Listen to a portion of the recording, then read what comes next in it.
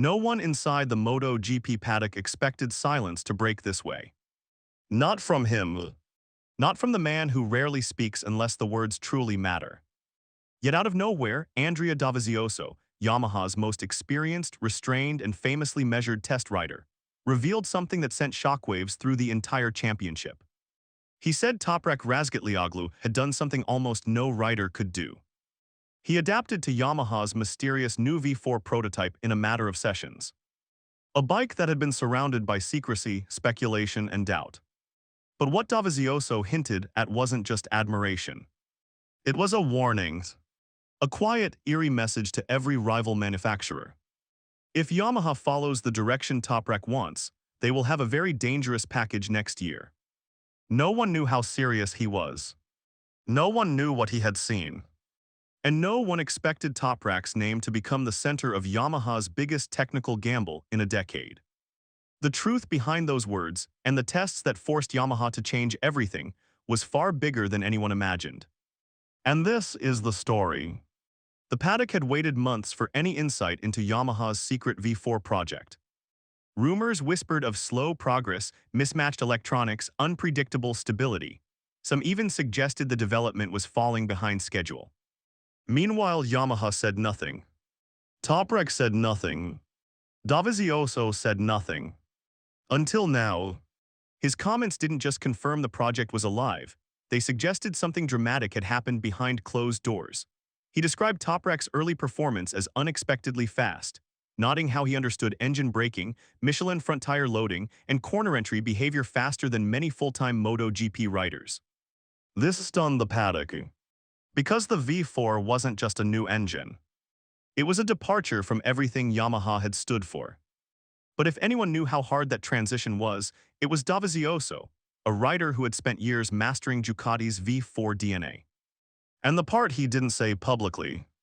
That was even more staggering. Something inside those early tests had shaken Yamaha's expectations. Because Toprak didn't just adapt. He changed the entire rhythm of the development process. And this was only the beginning. Toprak Razgatlıoğlu wasn't supposed to be here. For years, he resisted the idea of MotoGP, insisting he didn't want to join a bike that didn't suit his style. Yamaha had tried to bring him earlier, but Toprak chose mastery in World SBK instead, becoming one of the most explosive riders on the planet. Yet everything changed when Yamaha revealed the truth. They were abandoning their historic inline-4 identity. A clean sheet. A new engines. A possibility of creating a bike that didn't force him to compromise. Internally, Yamaha debated the decision fiercely. Some engineers believed Toprak's instinctive rear brake control and impossible braking markers could redefine the prototype's limits. Others feared his aggression would create a bike too extreme for other riders. But Toprak didn't arrive afraid. He arrived focused, approaching the project without ego, without theatrics, but with a quiet determination that caught engineers off guard. And once the wheels rolled in Aragon, the skepticism around him dissolved almost instantly. Aragon was meant to be a baseline test. A controlled environment. A simple step in a long development project. It became something else entirely. From the very first laps, Toprak did something Yamaha didn't expect. He ignored the safe limits. Instead of easing into the prototype, he attacked it, braking later than the engineers believed possible, loading the front tire with an aggression the bike wasn't even calibrated for. Telemetry suggested he was riding the prototype far beyond its intended early test envelope. What baffled Yamaha most was his consistency. Lap after lap, Toprak repeated extreme markers without hesitation. Dovizioso later admitted privately that what Toprak did in those first sessions usually takes months for new riders. His mastery of engine braking transitions, one of the hardest traits of a V4, was nearly immediate. But the real surprise wasn't his speed. It was what the prototype began revealing because of him. Flaws that had remained hidden under smoother test rider styles suddenly surfaced with violent clarity. And Yamaha realized Toprak wasn't just learning the bike. He was forcing the bike to confess its secrets. The prototype reacted sharply under Toprak's style. Sudden corner exit instability. Uneven traction in medium gears. an unpredictable edge grip that appeared only under extreme load. One engineer described it as, "The bike finally showed its real personality because Toprak made it." His aggressive braking uncovered inconsistencies in engine braking logic. His rapid direction changes revealed response delays in the electronics. His instinctive slide control highlighted how the torque curve needed reshaping. For Yamaha, it was both a breakthrough and a shock. Some inside the garage argued that Toprak was accelerating the development faster than the team could analyze. Others worried they were giving too much power to a single riding style. But one thing was clear. The prototype was evolving at a pace no one had predicted. And then came Valencia, where Yamaha made a bold decision that hinted at the true importance of Toprak's role. After the official MotoGP tests concluded, every factory packed up. Every rider left. Every team switched to winter development mode. Except one. Yamaha stayed. Not for hours. For days.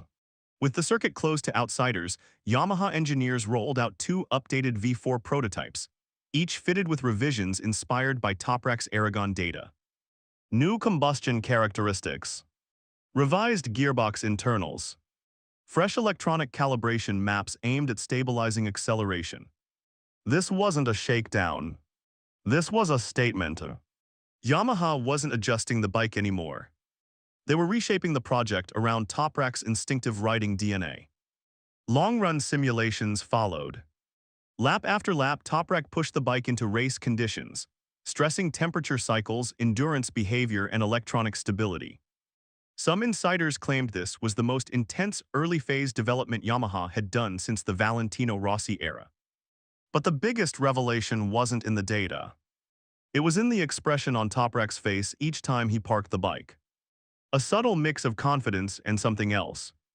Something Yamaha had not seen in years. Belief. Inside the Valencia garage, a strange atmosphere began forming. Toprak adapted to Yamaha's working culture faster than anyone predicted.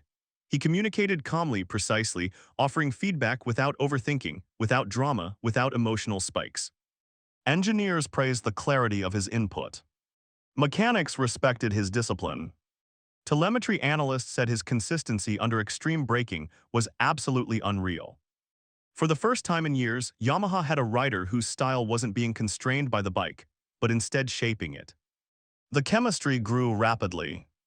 Jokes appeared in the garage again. Engineers felt renewed energy. Yet this harmony also stirred a political storm within the team. Some worried Yamaha was building a prototype 2 centered around one man. Others argued this could finally break the stagnation that had held the factory back during the Inline 4 era. But then an unexpected sentence detonated the paddock atmosphere. Dovizioso rarely exaggerates. He rarely seeks headlines. Yet one sentence from him changed the entire narrative around Yamaha's future. If Yamaha follows the development direction Toprak wants, they will have a very dangerous package next year. Dangerous. The entire paddock latched onto that word. Media outlets exploded with speculation. Fans debated whether Yamaha had finally found their new cornerstone. Rivals grew uneasy, wondering what exactly Toprak had unlocked. But internally, the sentence forced a new question. Should Yamaha build the bike around Toprak entirely, even if it meant changing their engineering DNA? Some insiders supported the idea. Others feared the consequences. And while the paddock argued, another rumor quietly began to surface. A rumor that suggested Yamaha was preparing the boldest gamble of its modern MotoGP history. Behind closed doors, whispers spread. Yamaha was considering accelerating the V4's timeline, aiming to bring the prototype into full competition sooner than planned. This would be a monumental risk.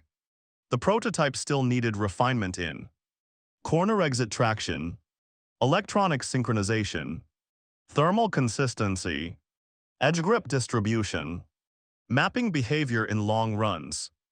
Pushing it early could backfire. But waiting too long might leave Yamaha permanently behind Ducati, KTM, and Aprilia. And in the center of this storm stood Toprak.